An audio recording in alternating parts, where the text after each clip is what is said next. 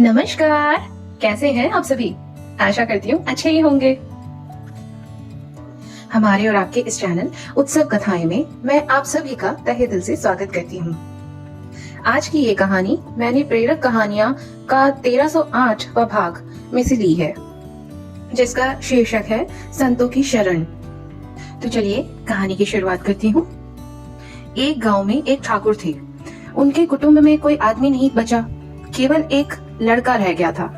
वो ठाकुर के घर काम करने लग गया था। रोजाना सुबह वो बछड़े चराने जाता था और लौटकर आता तो रोटी खा लेता था। ऐसे समय बीतता गया। एक दिन दोपहर के समय वह बछड़े चराकर आया तो ठाकुर की नौकरानी ने उसको ठंडी रोटी खाने के लिए दे दी। उसने कहा कि थोड़ी सी छाछ या राबड़ी मिल जाए तो ठीक है। नौकरानी ने कहा कि जा जा, तेरे लिए बनाई है राबड़ी, जा ऐसे ही खा ले, नहीं तो तेरी मर्जी। उस लड़के के मन में गुस्सा आया कि मैं धूप में बछड़े चरा कर आया हूँ, भूखा हूँ, पर मेरे को बाजरे की रूखी रोटी दे दी, राबड़ी मांगी तो तिरस्कार कर दिया। वो भूखा वहां से चला गया, ऐसे ही बिना कुछ खाए। फिर गांव के पास में एक शहर था। उस शहर में संतों की एक मंडली आई हुई थी। वहां वो लड़का चला गया। संतों ने उसको भोजन कराया और पूछा कि तेरे परिवार में कौन है। उसने कहा कि कोई नहीं है। तो संतों ने कहा कि तू साधु बन जा। तो लड़का साधु बन गया। फिर वो पढ़ने के लिए काशी चला गया।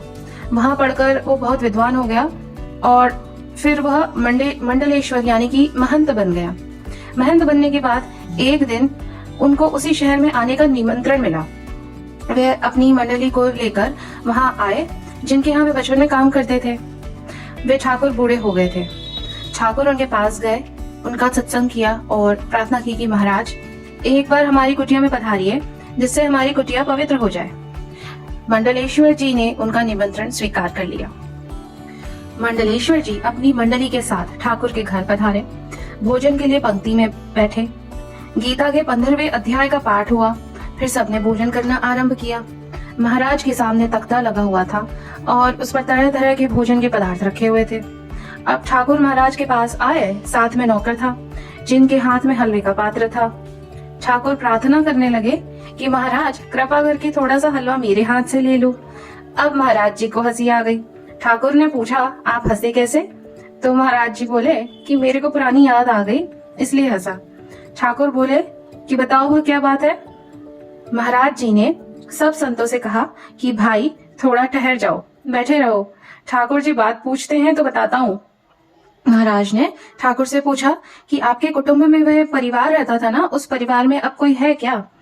तो ठाकुर बोले कि केवल एक लड़का था, उसने कई दिन बछड़े चराए, फिर न जाने कहाँ चला गया, बहुत दिन हो गए हैं, फिर कभी उसको देखा ही नहीं। तो महाराज जी बोले कि मैं वही हूँ, पास में संत मंडली ठहरी हुई थी, मैं वहां चला गया था।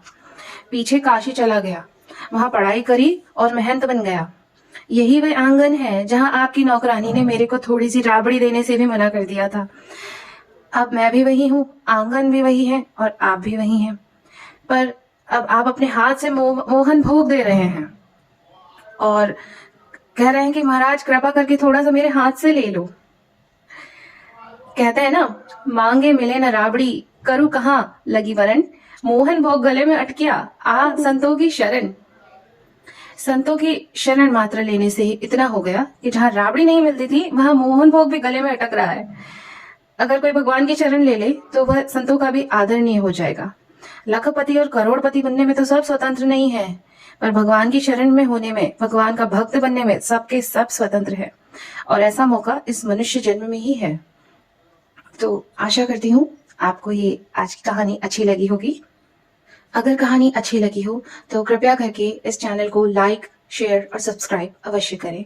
बेल आइकन जरूर से दबा लें ताकि आने वाली वीडियोस का नोटिफिकेशन आपको मिल जाए, और अपने बहुमूल्य सुझाव कमेंट सेक्शन में देना ना भूलें। तो फिर मिलते हैं किसी वीडियो में किसी नई कहानी के साथ। धन्यवाद।